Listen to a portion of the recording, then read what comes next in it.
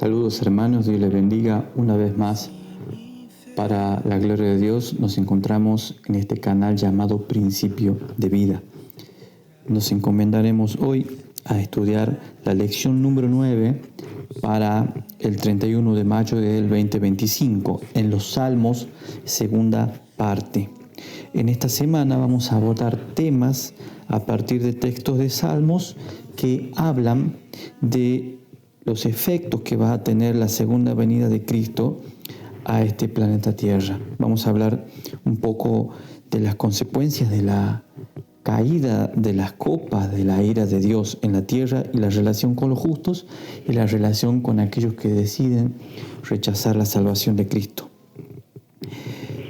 Te quiero invitar, hermano, a ser parte de esta pequeña comunidad, a suscribirte. Muchos ven los videos, pero no se suscriben. Entonces necesitamos que este canal crezca, y para que este canal crezca y crezca el mensaje, no que crezca yo, es el mensaje de que tú des tu pequeño granito de arena. No olvides de suscribirte, no olvides de darle like al mensaje para que el algoritmo de YouTube lo detecte. Este mensaje de la segunda parte de la escuela sabática, si bien la primera parte tocamos el tema de los 144.000, que está estrechamente relacionado con el mensaje de los tres ángeles, esta segunda parte también tiene una estrecha relación con el mensaje de los tres ángeles, específicamente con la culminación. Quiero contarte como novedad que estoy subiendo una serie titulada El mensaje de los tres ángeles. Esta serie considero es de suma importancia, ya que se lo abordará desde un planteo netamente bíblico y abierto a cualquier denominación cristiana del mundo. Quiero invitarte a participar y a ser predicador de esta verdad. Nadie es dueño de la verdad. Todo lo que conocieron la verdad lo conocieron por gracia. Y si nosotros tenemos el privilegio de participar en la prédica final, que así sea. Esto es para preparar a aquellos que van a dar el mensaje final. Quiero compartir contigo esa serie tan importante, ya que será el último llamado de Dios a la humanidad caída. Volviendo a la materia para este estudio, te invito a quedarte en tu lugar, saca tu Biblia, haz una oración y toma nota. Esto, para la gloria de Dios, una vez más, es principio de vida. Cristo viene por su pueblo que fielmente le esperó. Maranata, Cristo viene, falta poco para nuestra redención. Maranata, qué glorioso encuentro.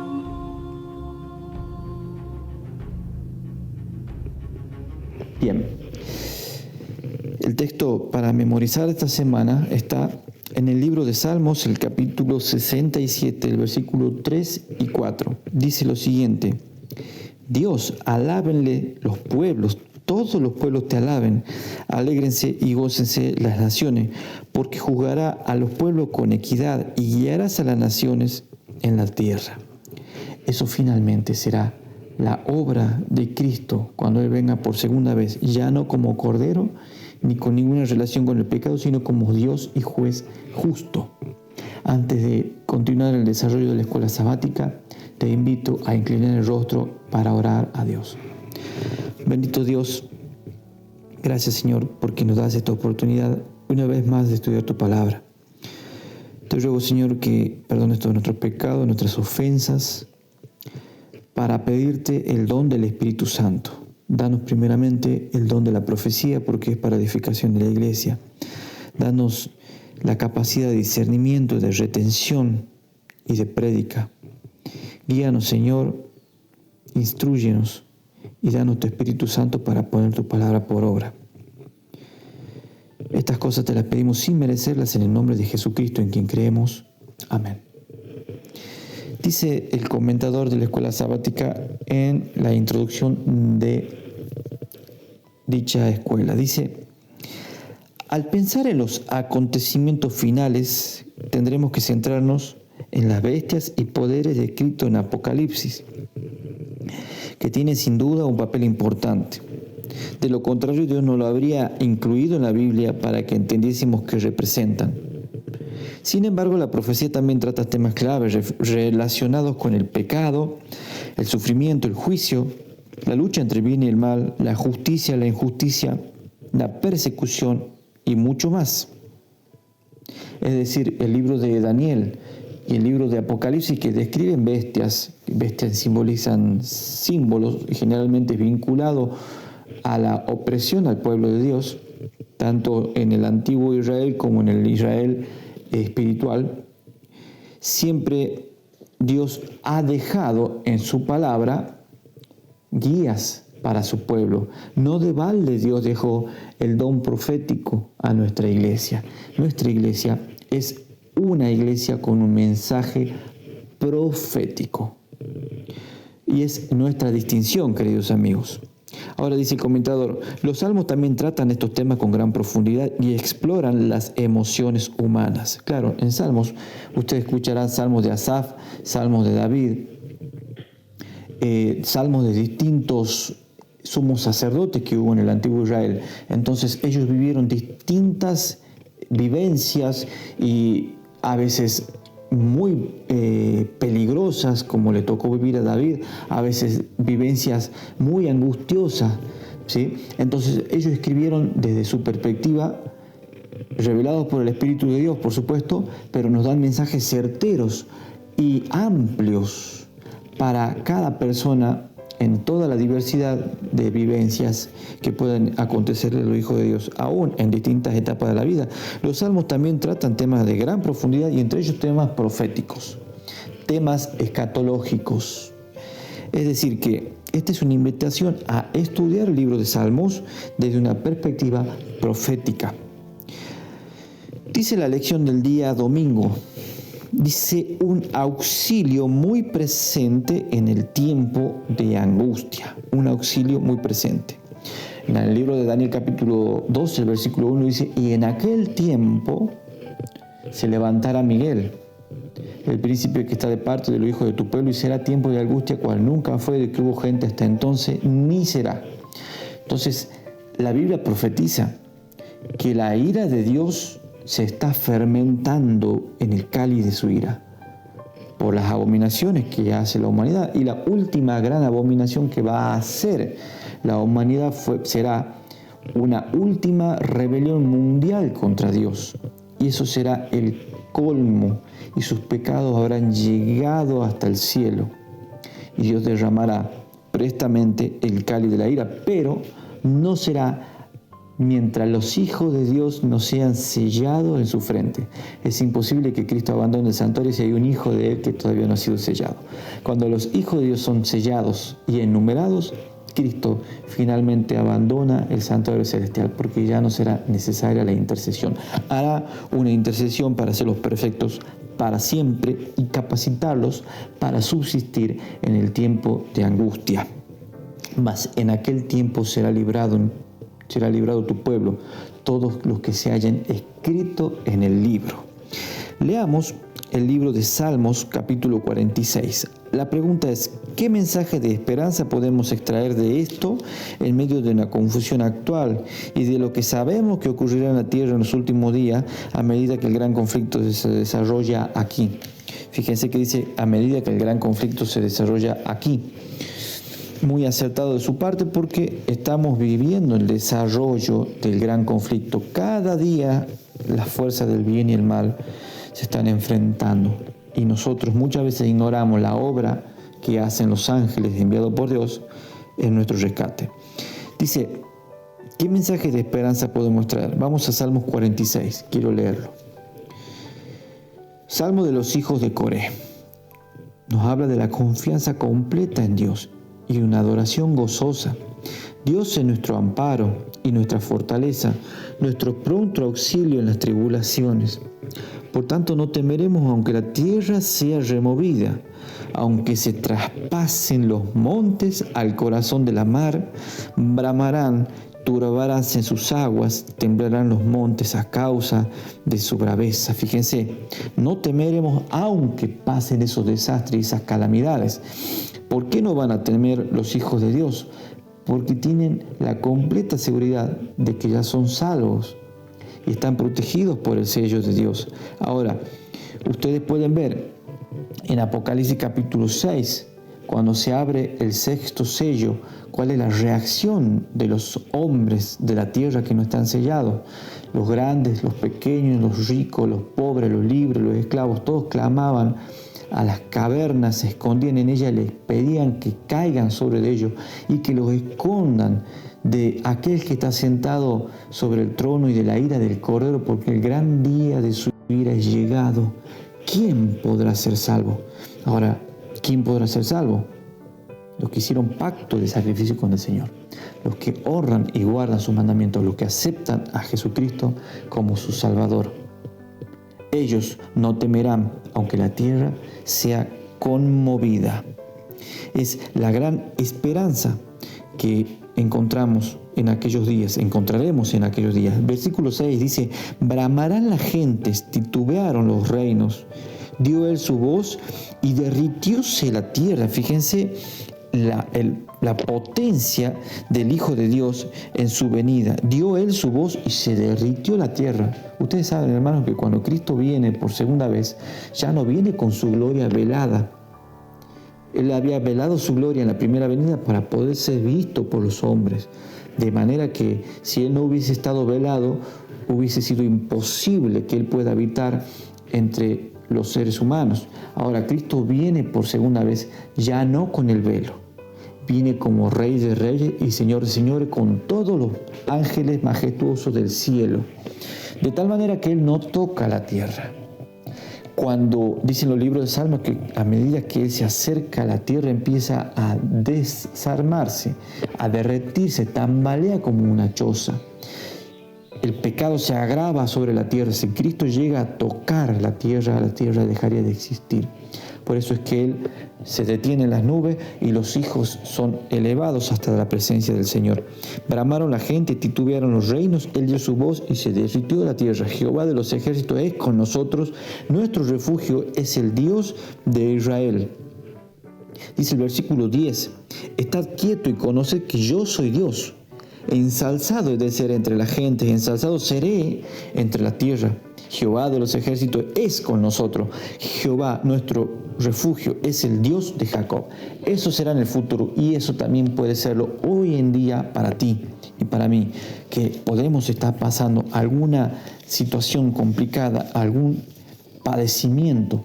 Hoy Él puede ser nuestro socorro. Fíjense cómo condice con el mensaje de Salmos, Isaías capítulo 2, el versículo 10 al 12. Isaías capítulo 2, versículo 10 al 12 dice lo siguiente respecto a ese tiempo. Métete en la piedra y escóndete en el polvo de la presencia espantosa de Jehová y del resplandor de su majestad. La altivez de los ojos de batida y la humillada, y Jehová solo será ensalzado en aquel día, el gran día de la ira. Porque día de Jehová de los ejércitos vendrá sobre todo soberbio y altivo y sobre todo ensalzado y será abatido. Dios viene a destruir a los soberbios y a eliminar la última obra de rebelión del mundo, obviamente liderada por la bestia, por el inicuo y comandada por Satanás. Dice el versículo 19. Meteránse, mi versión antigua dice, se meterán en las cavernas de las peñas y en las aberturas de la tierra, por la presencia espantosa de Jehová y por el resplandor de su majestad, cuando se levantara Él para herir la tierra. Aquel día arrojará el hombre a los topos y a los murciélagos sus ídolos de plata y sus ídolos de oro que le hicieron para adorarse. Versículo 21. Y se entrarán en las hendiduras de las rocas y en las cavernas de las peñas por la presencia formidable de Jehová y por el resplandor de su majestad cuando se levantare para herir la tierra. Allí están los dos grupos.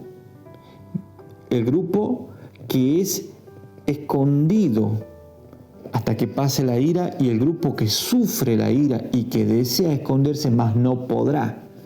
Y verán a aquel que dio su vida por ellos, aquellos que lo negaron, aquellos que lo rechazaron, finalmente verán a Jehová, que es uno, y es Jesucristo hecho carne, viniendo en gloria.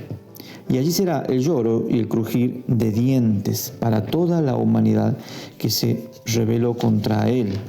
Dice, en aquel tiempo, por ejemplo, en el libro de Salmos, ya que estamos tocando el libro de Salmos, en el capítulo 52, lo siguiente. El capítulo 50, dice: Jehová ha hablado y convocado la tierra desde el nacimiento del sol hasta donde se pone. De Sión, perfección de hermosura, ha resplandecido Dios. Vendrá nuestro Dios y no callará. Fuego consumirá delante de suyo, habrá tempestad. Convocará a los cielos de arriba hacia los ángeles y a la tierra de abajo para juzgar a su pueblo. Y ahí viene la orden a los ángeles, como habla en 1 Tesalonicenses capítulo 4, en 1 Corintios capítulo 15, versículo 5 dice acá: juntadme mis santos, los que hicieron pacto conmigo con sacrificio, y denunciarán los cielos su justicia, porque Dios es juez. En otras traducciones dice: los cielos demandarán tu ley. Dice el versículo 15: e invócame en el día de la angustia y te libraré y tú me honrarás. Pero al malo dijo Dios: ¿qué tienes tú que enarrar o hablar de mis leyes y que tomar mi pacto en tu boca? Pues que tú aborreces el castigo y echa a tu espalda mis palabras. Fíjense, cuando el Señor venga, va a congregar a los cielos y congregará a la tierra aquí abajo y hará juicio con justicia. Dice en la lección el comentador: es inevitable que vengan a la mente las escenas que tendrán lugar en la ocasión de la segunda venida. El cielo se replegó como un pergamino que se enrolla, y todo monte y toda isla fueron removidas de su lugar ante la presencia de Dios. Y también lo siguiente: esperando y apresurándose para la venida del día del Dios, en el cual los cielos serán destruidos por el fuego y los elementos se fundirán con intenso calor, dice 2 Pedro 3:12. Nuestro mundo actual y sus males característicos no durarán. Lo que vendrá después supera nuestra capacidad de comprender. Por ahora, sin embargo, solo tenemos que soportar perseverando en la fe y aferrándonos a la revelación de Dios que tenemos, especialmente la que fue hecha por Jesús en la cruz, aferrándonos a la fe y obedeciendo a la fe. No es solamente tener fe en Jesús, sino obedecer a la fe, porque los demonios creen y tiemblan, pero no obedecen. Debemos creer y obrar conforme a la fe. El mundo, como conocemos, llegará un tiempo en el que dejará de existir y solo quedarán de pie aquellos que hicieron pacto con el Señor. Dice en 2 de Corintios, en el capítulo 5, el versículo 10, dice lo siguiente: porque es necesario que todos nosotros comparezcamos ante el tribunal de Cristo, para que cada uno reciba según lo que hubiese hecho por medio del cuerpo, sea bueno o sea malo. Bien, y el versículo 10: estando pues poseídos del temor del Señor, persuadiendo a los hombres, mas a Dios somos manifiestos, y espero que también en vuestras conciencias somos manifiestos. La primera parte de este versículo me interesa: estando pues poseídos del temor del Señor, porque Dios es misericordioso, pero también es fuego consumidor. ¿Por qué causa hoy Dios no ha consumido la maldad del mundo? Es únicamente porque Cristo sigue intercediendo por nosotros. De otra manera ya hubiésemos sido consumidos. Queridos, nuestra gran esperanza no es este mundo. El Hijo de Dios tiene el corazón en las promesas celestiales. El Señor Jesús dijo una vez: donde esté vuestro corazón, allí estará también vuestro tesoro. ¿A dónde está nuestro corazón hoy en día? ¿En las pertenencias? ¿En el materialismo? ¿O nuestro tesoro es la vida eterna? Porque de hecho, como sea una u otra, de otra manera, vamos a obrar y vivir conforme a ello. Piensen en las bestias que simbolizaban el reino en el Antiguo Testamento. La palabra de Dios dice que cuando Cristo venga y traiga el reino de la roca, serán como tamos de las eras del verano, serán llevadas y esparcidas y nunca más vendrán a memoria. Y allí quedaron todas las obras, las pretensiones humanas, las personas que vivían, los que plantaban, los que edificaban en Babilonia, Medo-Persia, en Grecia, en Roma y aún en nuestro tiempo. Todas las cosas serán destruidas, pero el que tiene el corazón y la mente en las promesas celestiales tiene una promesa que permanece para siempre. Leamos también en el mismo 2 de Corintios, el capítulo 5, el versículo 1. Dice: porque sabemos que si la casa terrestre de nuestra habitación se deshiciere, tenemos de Dios un edificio, una casa no hecha de manos, eterna en los cielos. Eterna en los cielos. Y por eso también gemimos, deseando ser sobrevestidos de aquella nuestra habitación celestial. Fíjense cuál era aquello que gemía, por lo que gemía Pablo y los cristianos de aquella época, por ser sobrevestidos, por recibir esa patria celestial.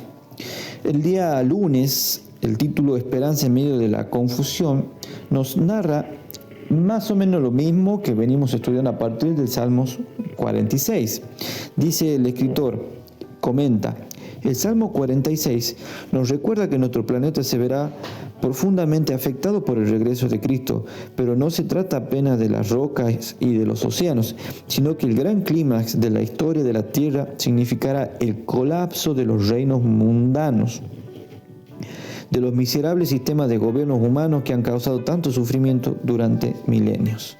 Si hablamos de los sistemas mundanos de gobierno, hermanos, nosotros muchas veces podemos pensar que hay un sistema de derecha, de centro derecha, de centro izquierda, de izquierda, moderado, extremista, que puede tener un matiz de cristiano y en realidad en el fondo no lo tiene, porque siempre son sistemas mundanos y la política con el cristianismo o las cosas de Dios con la política no se mezclan.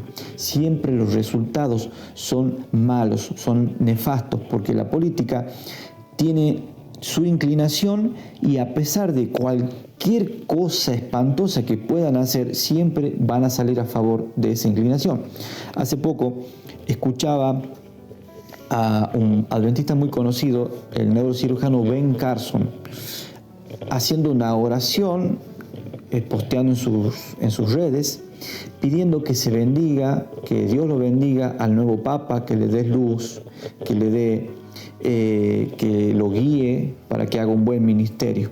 Solamente porque este Papa nuevo es de derecha y Ben Carson pertenece al Partido Republicano, del cual pertenece Donald Trump. Pero, es decir, que bendiga a la doctrina errada que predica de un Padre, de un Pedro, de aquella religión que cambió la ley de Dios, de aquella religión que trajo la inmortalidad de las almas al mundo occidental. Allí vienen las confusiones, hermano. Entonces hay que tener cuidado, separar la política por un lado y separar lo de Cristo para otro lado. Y es más, el nacimiento de la Roma papal nace de la mezcla de la política con las cosas de Dios. Nace a partir de que la iglesia del siglo III se vendió en manos de Constantino el Grande, otro gran ejemplo.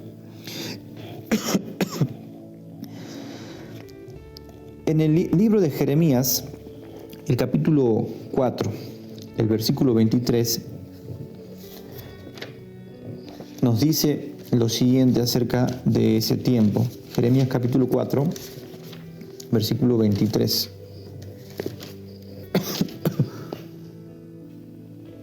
Dice el versículo 23: miré la tierra y aquí que estaba asolada y vacía, y los cielos y no había en ellos luz.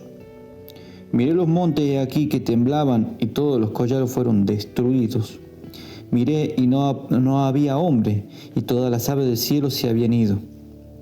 Miré y aquí el Carmelo desierto y todas sus ciudades eran asoladas a la presencia de Jehová, a la presencia del furor de su ira.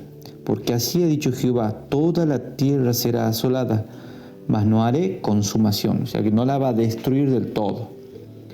Toda la tierra será asolada, mas no haré consumación. Por esto se enlutará la tierra y los cielos de arriba se oscurecerán. Porque hablé, pensé y no me arrepentí, ni me tornaré en ello. Quería la primera parte: por esto se enlutará la tierra y los cielos.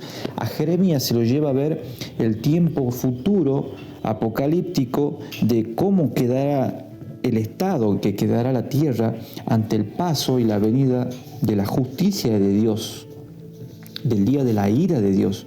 Yo los invito, hermanos, a ver en detalle el capítulo 24 de Isaías. Allí se nos habla que cayeron los altos montes, los altos pueblos, las grandes ciudades cayeron, enfermaron los hombres y disminuyeron en número. Sí, se contaminó la tierra debajo de ellos y cayeron los altos pueblos porque traspasaron el pacto sempiterno.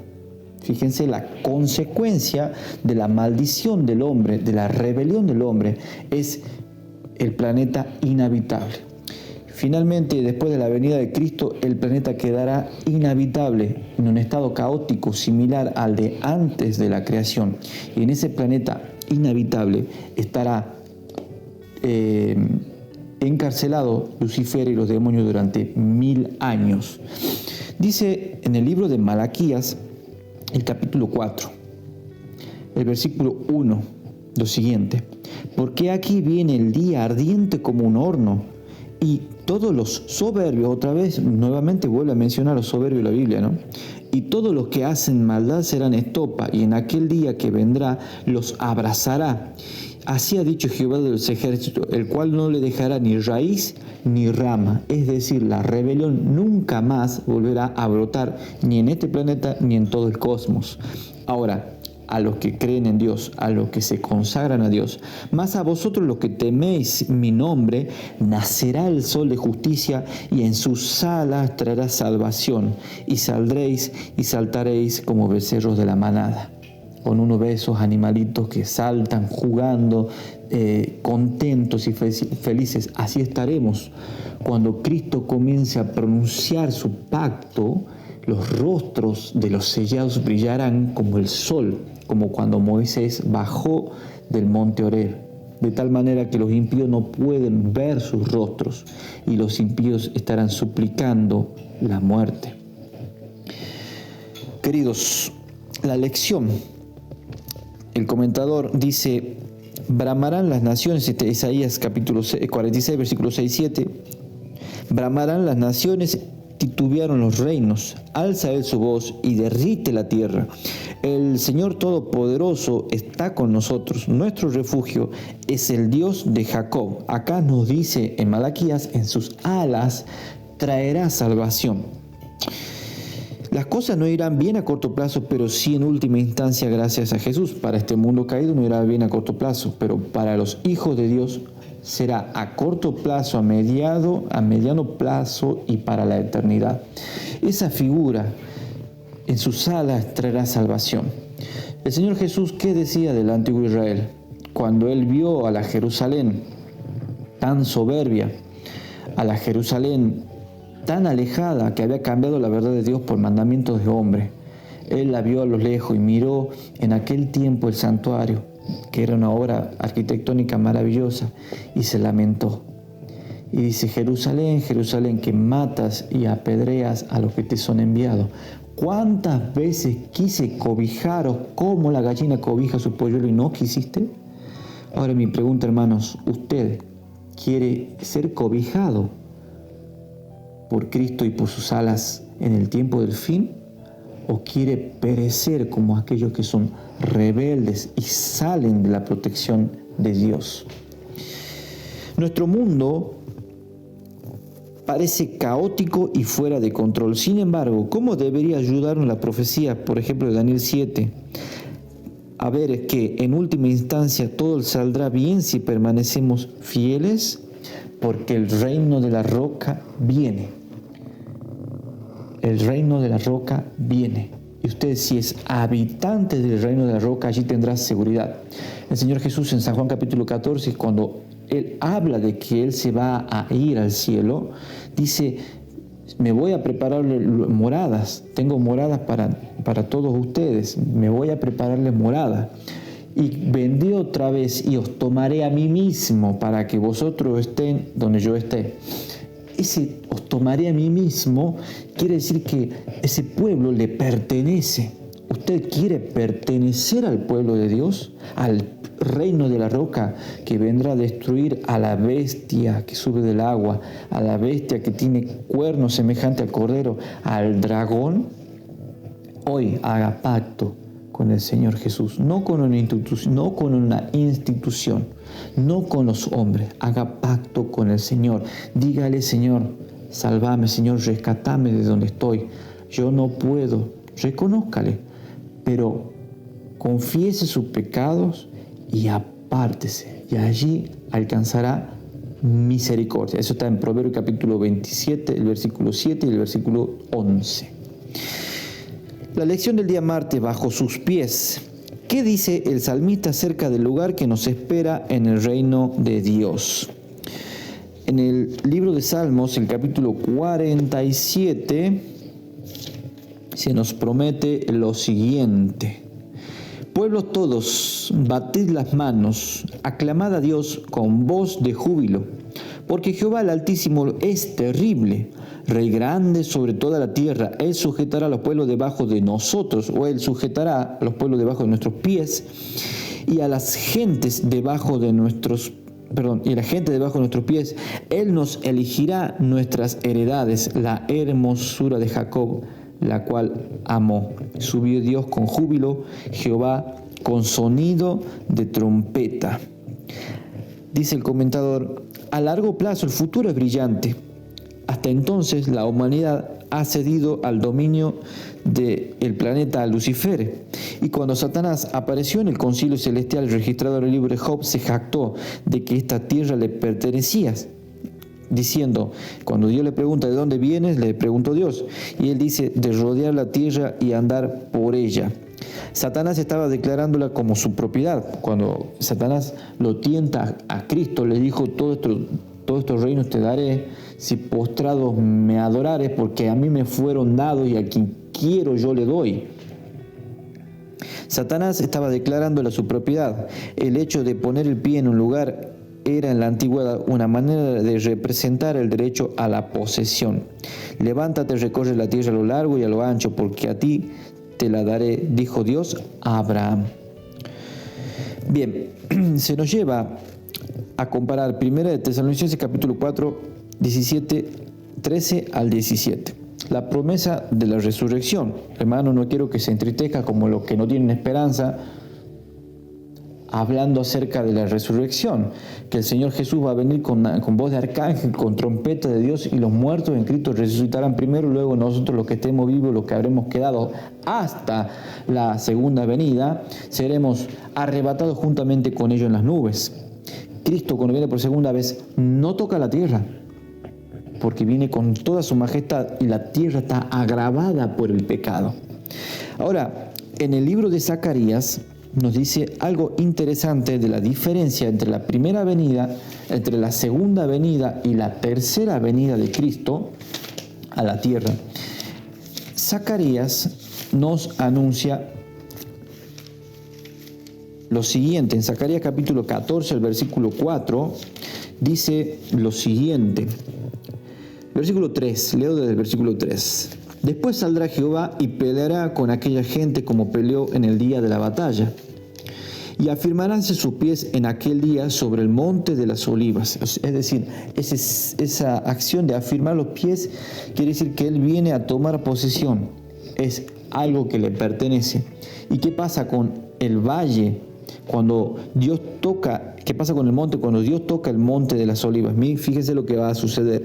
Afirmaráse sus pies en aquel día sobre el monte de las olivas que está enfrente de la Jerusalén, a la parte del oriente, y el monte de las olivas se partirá por medio de sí, hacia el oriente y hacia el occidente, haciendo un muy grande valle, y la mitad del monte se apartará hacia el norte y la otra mitad hacia el mediodía. Y subiréis al valle de los montes, porque el valle de los montes llegará hasta Jazal, y huiréis de la manera en que huiste por causa del terremoto en los días de Usías, etc. En ese valle que el Señor va a abrir, será depositada la ciudad, la nueva Jerusalén.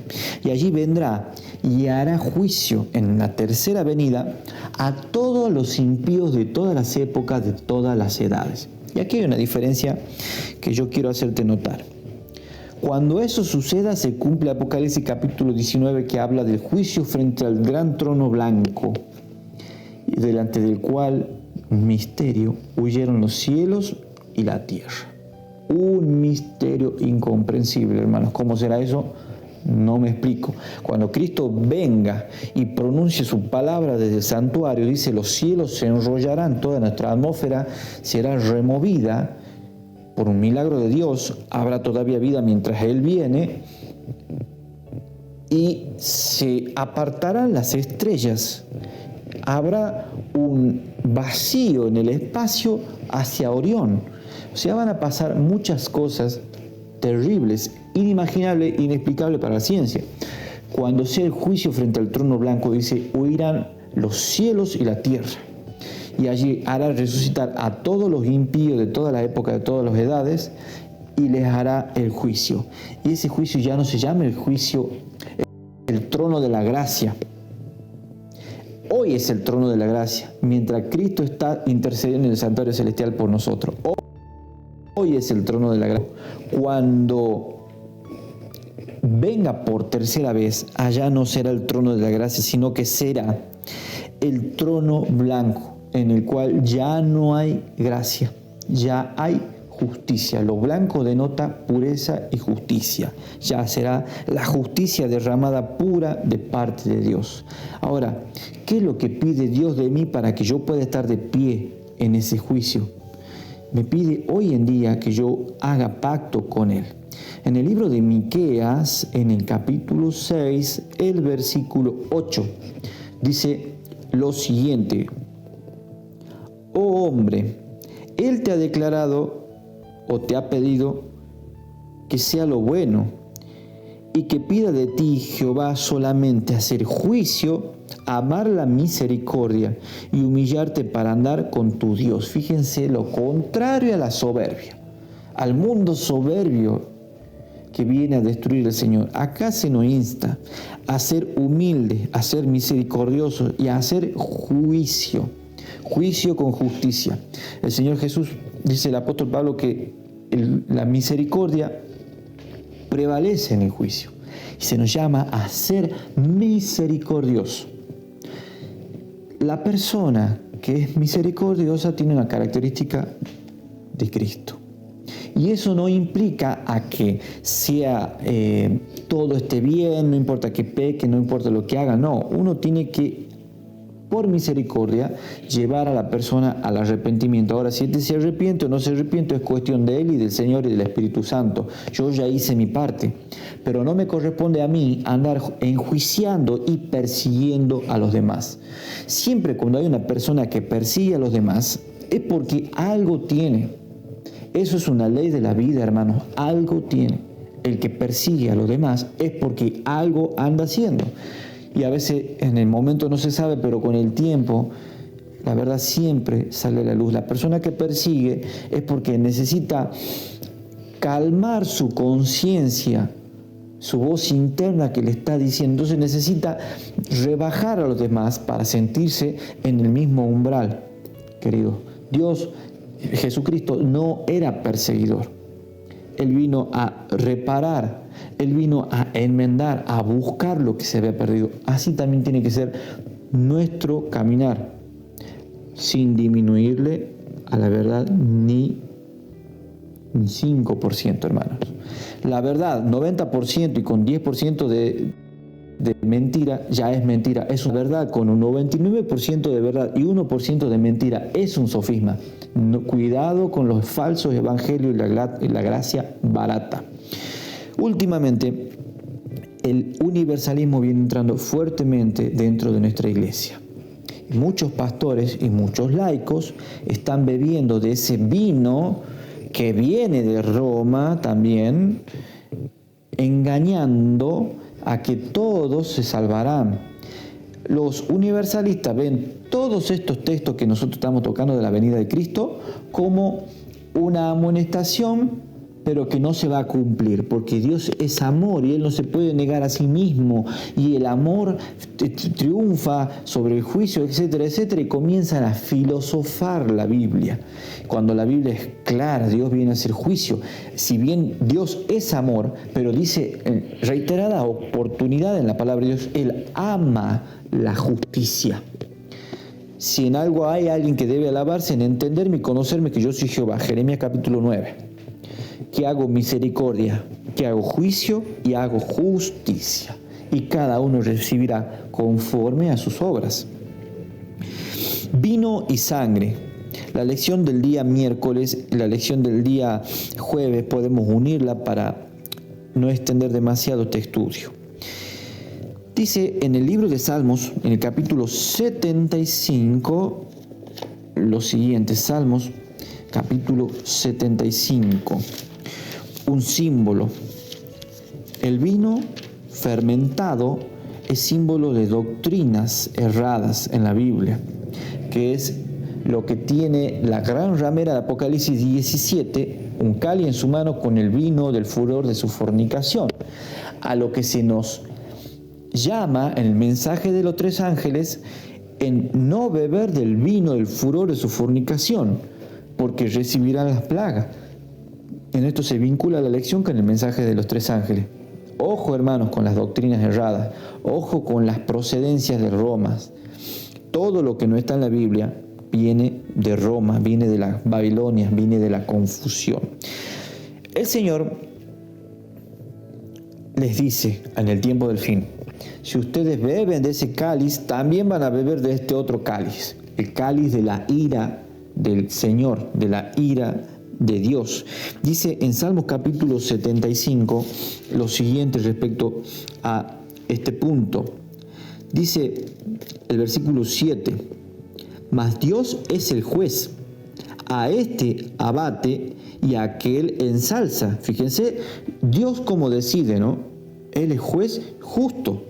Si hay una decisión en favor y en contra, los corderos y los cabritos, los que hacen la voluntad de Dios, los que no hacen la voluntad de Dios, los que adoran a la bestia, los que adoran a Dios.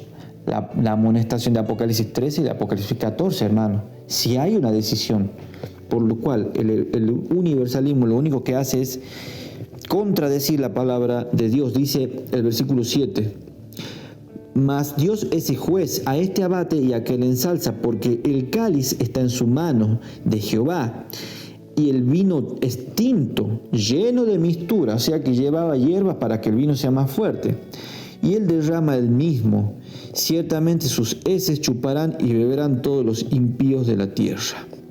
El cáliz está en la mano de Jehová y es un cáliz fuerte. Primero el Señor viene y derrama el cáliz de la ira del Señor en el tiempo de las plagas. Pero luego, cuando se produce la cena del Cordero, el Señor vuelve a participar de aquello que participó en la última cena con los 12 apóstoles. Esta es mi carne y mi sangre que por vosotros es derramada. Dice, no volveré a participar de ella hasta que estemos nuevamente en el reino. Lo estoy parafraseando, hermano, y dándolo en nuestro lenguaje. Eso está en Mateo capítulo 26, el versículo 26 al 29. Y allí será cuando el Señor Jesús, con tantas ansias, durante tanto tiempo esperó a la esposa para participar nuevamente de la cena del Señor. Dice en el libro, en el comentario, en la lección, en la parte del pie del comentario, dice: aunque debemos poner de nuestra parte para intentar mejorar la vida de los demás. ¿Por qué siempre es importante recordar que será necesaria la destrucción total de este mundo actual y su recreación sobrenatural para que todo sea restaurado? Porque Dios vendrá a poner fin a la muerte, fin a las enfermedades, fin al dolor, fin a las angustias. Ya no habrá ni llanto, ni dolor, ni clamor. Eso dice en Apocalipsis capítulo 21 y capítulo 22, las bendiciones de la nueva recreación de Dios. Es necesario que el Señor venga, primero no deje ni raíz ni rama a la rebelión, para que finalmente nunca más vuelva a surgir en el universo. La lección del día jueves dice: para que se conozca tu salvación. Leamos Salmos 67. Allí nos dice la pregunta: ¿de qué manera este himno de alabanza te ayuda a comprender el papel del pueblo de Dios? En Apocalipsis capítulo 14, versículos 6 al 12. Más fácil podría haber dicho: ¿de qué manera el Salmo 67 te ayuda a comprender tu papel en la prédica del mensaje de los tres ángeles? Hubiese sido más fácil que lo exprese de esta manera. Dice el capítulo 67. Lo siguiente respecto a lo que predican: Dios tenga misericordia de nosotros y nos bendiga, haga resplandecer su rostro sobre nosotros. Fíjese, Él nos da luz y nosotros las hacemos resplandecer, para que sea conocido en la tierra tu camino, en todas las gentes tu salvación. Alábense los pueblos, oh Dios, alábente los pueblos todos, y alegraráse y gócense la gente, porque juzgarás los pueblos con equidad y pastorearás las naciones de la tierra. Fíjense la imagen del Cordero en Apocalipsis 14 y 144,000 que son pastoreados por el Cordero, que van por donde Él los lleva, por donde Él los dirige. Nosotros vamos a ser portador de esa luz, y al mundo que esté en tinieblas le llevaremos la luz, que es Cristo. Alábele los pueblos, oh Dios, todos los pueblos te alaben. La tierra dará su fruto. Nos bendecirá Dios, el Dios nuestro. Bendíganos Dios y témalo todos los confines de la tierra. Esa es la amonestación final. Salmo 67, dice el comentador, comienza con un llamamiento a Dios para que haga resplandecer su rostro sobre nosotros, para que sea conocido en la tierra tu camino. El versículo 1 y 2. Mediante su plan de salvación, Dios ha provisto un camino para que los pecadores sean readmitidos en su presencia sin ser destruidos por su gloria. E incluso ahora en esta vida, la cruz de Cristo hace posible que el rostro de Dios brille sobre nosotros. Queridos, en este salmo David apela a Dios para que sea conocido en la tierra tu camino, en todas las naciones tu salvación. Esa es la obra que debemos hacer, la obra final que va a hacer los hijos de Dios en este mundo.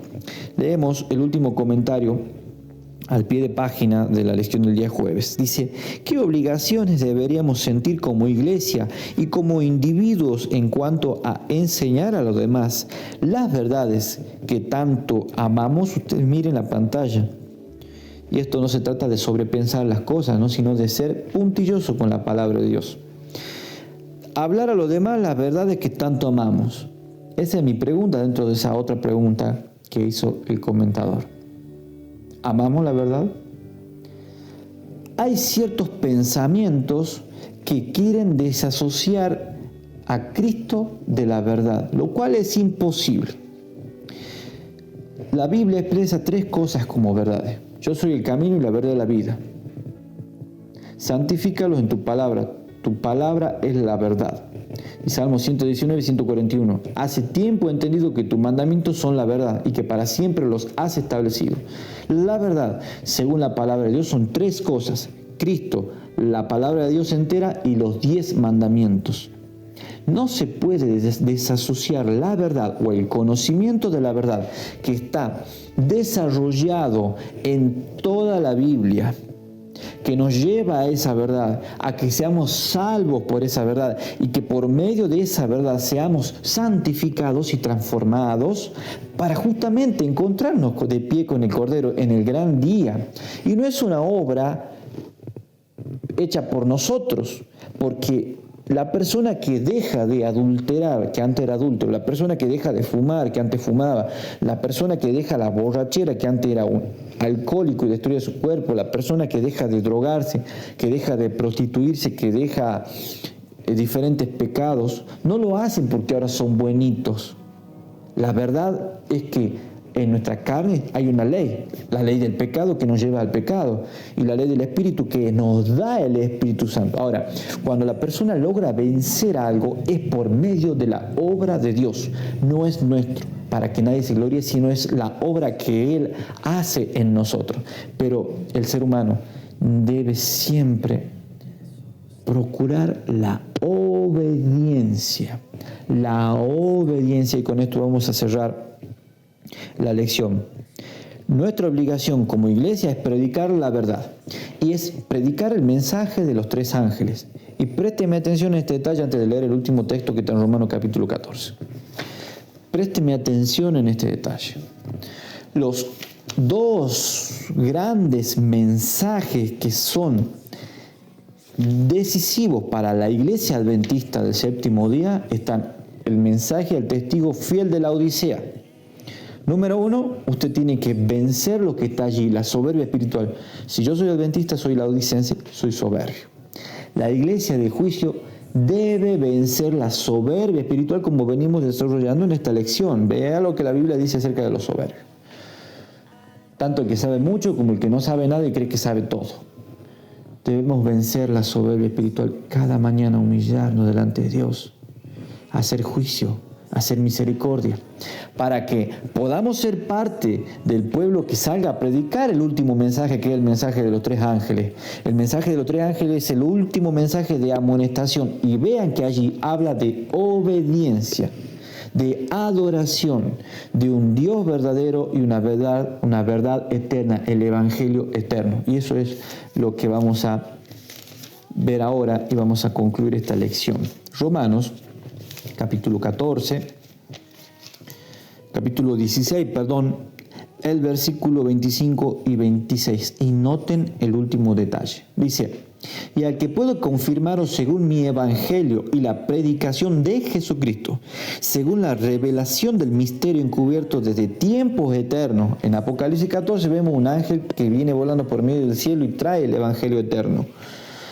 Mas manifestado ahora por las Escrituras, eso que había estado oculto ahora es manifiesto por las Escrituras de los profetas según el mandamiento del Dios eterno. El Evangelio eterno viene del Dios que es eterno, declarando a todas las gentes para que obedezcan a la fe. No era solamente aceptarlo como Salvador, confesar para salvación, bautizarse, sino que hay que obedecer a la fe, porque los demonios creen y tiemblan, mas los hijos de Dios creen y hacen. Una vez más, para la gloria de Dios, esto fue Principio de Vida. Hasta la próxima.